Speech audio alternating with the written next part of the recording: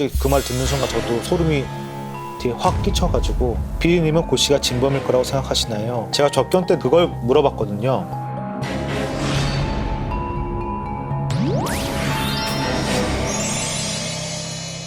(2006년 9월에) 한 달 사이에 주점 주인분들이 살인당한 사건이 있었어요. 근데 두 번째 있었던 사건의 범인만 검거가 되었고, 첫 번째 사건은 일명 소주빵 사건이라고 하는데요. 소주빵 살인 사건의 범인은 현재까지도 잡히지 않아서 아직까지도 미제 사건으로 남아있고,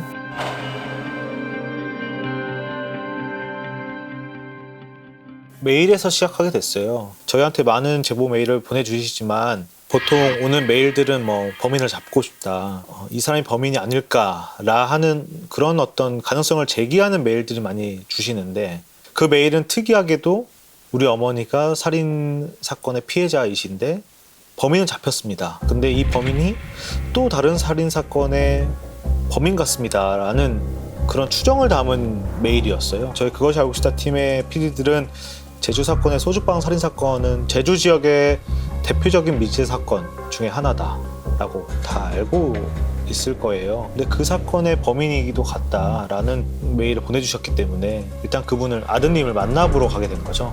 그래서 시작하게 됐습니다. 이런 질문들을 볼 때마다 참 놀래요. 이렇게까지 이 추정을 하실 수 있을지를 몰랐거든요. JYK님은 범행 도구가 술집에서 많이 쓰는 캔딱이 아닐까요? 이유상님께서도 통조림을 따는 물건이 아마 99% 같다 라고 말씀해 주셨는데요. 소주빵 주인분의 상처에는 크게 세 종류의 상처가 있거든요. 전체적으로 있는 그 동그란 형태, 쌍으로 있는 형태의 상처들과 목에 자창이 있고, 그다음에 손에는 절창이 있고요. 그래서 이것들이 다 가능한 형태의 도구가 무엇이 있을까? 사실 충분히 가능성이 있다고 생각해요. 왜냐하면 일단 그 수사 당시에는 여주인 등에 있는 상처가 쌍으로 있다라는 것까지는 인지하지 못했던 것 같아요. 방송에도 나왔지만 주방용품 사장님께서도 딱 보시더니 이거 쌍으로 상처가 나 있네 라고 딱 보고 말씀해 주시더라고요. 전문가 선생님한테도 맡겨봤는데 충분히 쌍으로 보일 여지가 있다라고 하셔서 그런 도구들을 좀 많이 살펴봤어요. 저희가 이제 CG상으로 처리를 해서 어떻게 보면 명확하게 보여드리지 못한 부분도 있는데요. 동그란 형태의 흉터도 있습니다. 어떻게 보면 직각으로 들어갔을 때 좀 더 동그란 형태의 어떤 모양이 있는 도구가 아닐까라고 생각을 했고요. 최대한 좀 그 모양하고 비슷한 것들을 추려보다 보니까 이 캔따개는 저희가 일단 제외를 하게 된 것이죠. 특히 술집이라는 것 때문에 이런 가능성을 제기해 주신 것 같은데요. 추리력이 되게 저보다 뛰어나신 것 같아요. 네. 귀홍님께서 소주빵 살인사건 당시 수사 경찰은 피해자의 지인에게서 택시기사에 대한 그 어떤 정보도 듣지 못한 건지, 당시에는 그걸 몰라서 안 했던 건지, 아니면 다른 이유가 있는지 알고 싶어요. 사건 나기 전에 그러더라고요. 택시기사였나?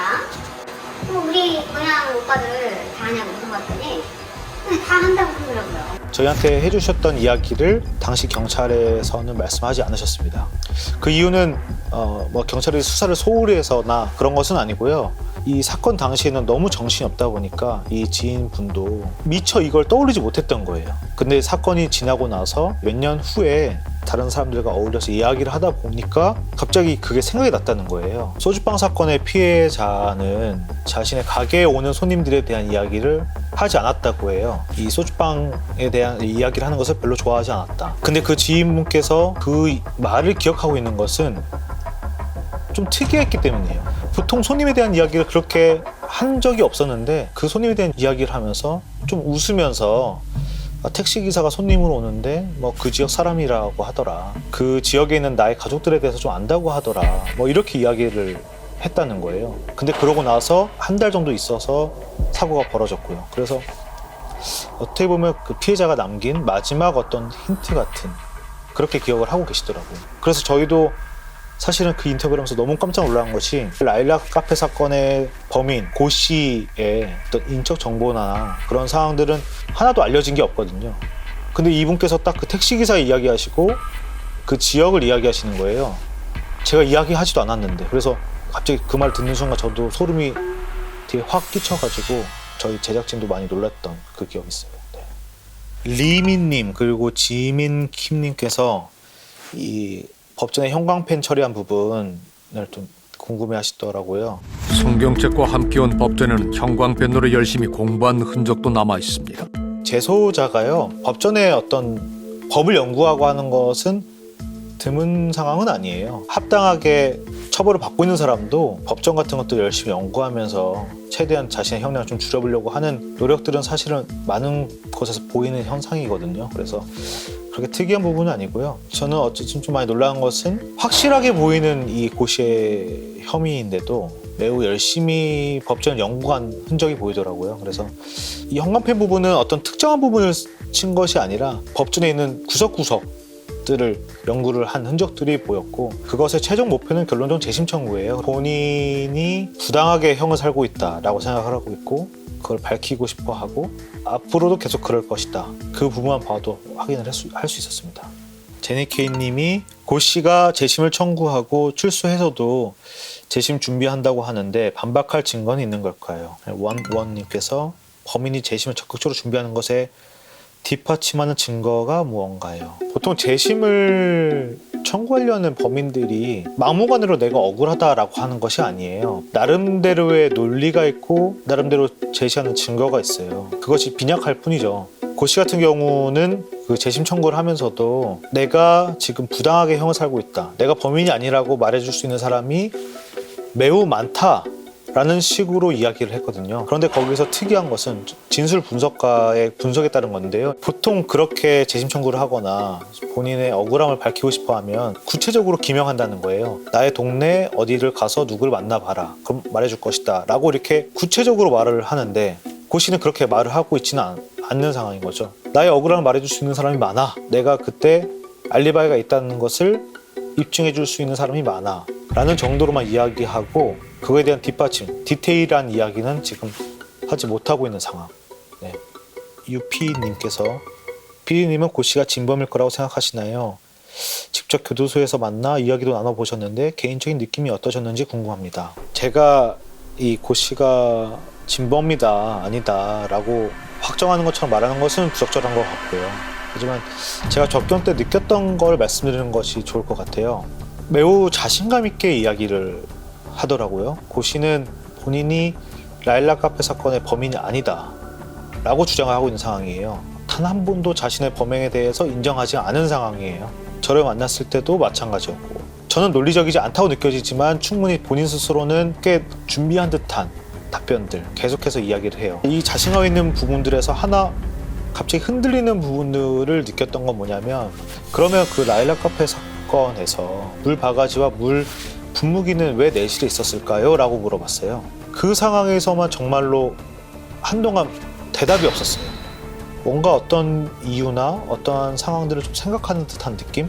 결론적으로는 나는 모르겠다, 그거는 물 바가지를 거기에 갖다 놓은 사람만 알겠지 라고는 마지막에 말했는데, 그 전까지 자신감 있게 말하던 태도와는 사뭇 다른 말투와 톤과 속도로 이야기한 것이 좀 저한테 많이 인상적이었고요. 또 더 나아가서 제가 소주빵 사건에 대해서도 물어봤거든요. 소주빵 사건 피해자의 지인께서 택시기사에 대한 이야기, 그리고 고 씨의 고향 동네에 대한 이야기를 알고 있더라, 그건 어떻게 생각하냐, 어떻게 알고 있었을까 라고 물어봤을 때 그 대답이 좀 많이 이상했어요. 만약에 피디님한테 정말 엉뚱한 이야기를 물어봐요. 어제 백화점 가셨죠? 아니요. 아니니까 그냥 바로 아니요라고 나올 거잖아요. 본인하고는 전혀 상관이 없다고 주장하고 있는 거잖아요. 상관없는 이야기를 딱 물어봤을 때 나온 대답이 뭐였냐면, 저한테 그걸 어디서 들었어요? 라고 말을 하는 거예요. 그 얘기를 어디서 들었는지를 궁금해하고, 그 얘기는 경찰도 안 했다, 그 이야기의 출처에 대해서 궁금해하고 있는 거죠. 그러니까 소주빵 사건에 대해서 전혀 모르면 그냥 모른다고 바로 답이 나올 텐데, 그것이 아니라 경찰도 그런 얘기는 안 했는데 나한테 라는 말을 저한테 제일 먼저 한 것, 그것이 좀 많이 이상했어요. 저는 그 부분이 가장 인상적이었고, 범인이 정말 이상하게 말하는 것처럼 아니다 할지라도 소주빵에 대해서는 무엇인가는 알고 있는 것은 아닌가라는 생각을 하게 된 그런 답변이었어요, 저한테. 네. 방송에 나온 시그니처들이 있었잖아요. 그런 거 외에도 그 사건이 동일범이라는 또 다른 증거나 이런 게 있을까요? 사실 동일범이라는 가능성을 제기하는 거는 매우 좀 위험하기도 한 거거든요. 왜냐하면 무고한 사람이 발생하면 안 되니까요. 하지만 유사하게 본다고 하면 유사하게 볼 여지는 충분히 많이 있다. 예를 들면 공짜 주점을 운영하는 여주인이라는 부분, 특히 두 주점 둘 다 손님이 많이 있다거나 장사가 그렇게 잘 되는 곳은 아니에요. 또 귀금속이 두 가게에서 다 사라졌다는 공통점도 있고요. 매우 특이한 것 중에 하나는 직접적인 성폭행의 흔적은 없어요. 다른 도구들을 피해자의 몸속에 집어넣는 그런 성폭행은 있었지만 직접적인 자신이 성폭행을 하는 그런 것은 없었다라는 동일성도 있었고요. 이런 것들이 동일범의 증거라고 볼 수 있는 요소들이 있는 거죠. 두 사건을 들여다본 전문가들, 프로파일러들이 실제로 범인의 어떤 성도착 증세라든지 혹은 성불구자로서의 어떤 가능성, 이런 것들도 충분히 들여다봐야 한다라고는 얘기한 상황이거든요. 성도착 증세로 볼 수 있는 것은 한 사건은 상위가 없어지고 한 사건 하위가 없어지고 이런 부분들로 봤을 때 분명히 어떤 성도착 증세는 있을 수 있다. 그런 가능성은 충분히 열어두고 수사를 해야 되는 건 아닌가라고 말씀해 주셨습니다. 일단 소주빵 살인 사건 같은 경우는 제주의 대표적인 미제 사건 중에 하나로 분류되어 있고 지금 제주 미제팀에서 사건을 갖고 있는 상황이에요. 근데 이 사건이 쉬운 사건은 아니거든요. 왜냐하면 현장에서 어떤 유전 정보, 어떤 DNA 정보가 하나도 발견되지 않았기 때문에요. 이 수사하는 입장에서는 운이 안 좋게도 당시 기상 상황 그런 것 때문에 결로 현상 때문에 지문 감식이 어려운 상황으로 변질됐던 것이지 범인이 주도 면밀하게 이거 다 지우고 간 것이 아니거든요. 하지만 남아있는 물증, 남아있는 증거들이 없어서 나날이 빠졌던 거고, 그런데 이제 희망을 걸어볼 수 있는 것은 결론적으로는 과학기술의 발전이겠죠. 그러니까 그 당시에는 파악할 수 없었던 지문이라 할지라도 그런 증거들이 남아있고 보존되어 있다면 충분히 앞으로는 이 유전 정보를 갖고 있는 사람이 누구인지를 파헤쳐볼 수 있는 것 아닌가라는 희망을 갖고 있는 겁니다. 저 스스로 취재를 하면서도 그렇고 그 이후에도 좀 궁금한 것 중에 하나는 사건 현장에서 없어졌던 귀금속의 행방이에요. 먼저 앞서 있었던 소주빵 살인 사건에 있어서도 주인분께서 늘 하고 다녔던 목걸이가 있었어요. 호박 14K 금목걸이. 그리고 라일락 카페 사건 역시도 주인분께서 이런 귀금속을 많이 좋아하셔서 꽤 많이 갖고 계셨고, 그런데 그런 귀금속이 다 사라졌거든요. 그럼 분명히 어떻게든 처분을 했을 것이다 라고 생각이 되고요. 그런 생각 중에 하나는 뭐냐면 그때 당시 여자친구 있었잖아요. 헤어졌었지만 여자친구한테 맡겼을 수도 있잖아요. 그 귀금속들을. 그래서 2006년 9월 당시에 고 씨 주변 인물 중에서 고 씨가 어떤 귀금속 이런 것들 처분하는 것을 목격하셨다거나 그런 부탁을 받으신 분, 그리고 당시 제주시에서 금은방을 운영하셨던 분들, 그런 걸 보신 적이 있으신 분들은 좀 제보를 좀 부탁드리겠습니다.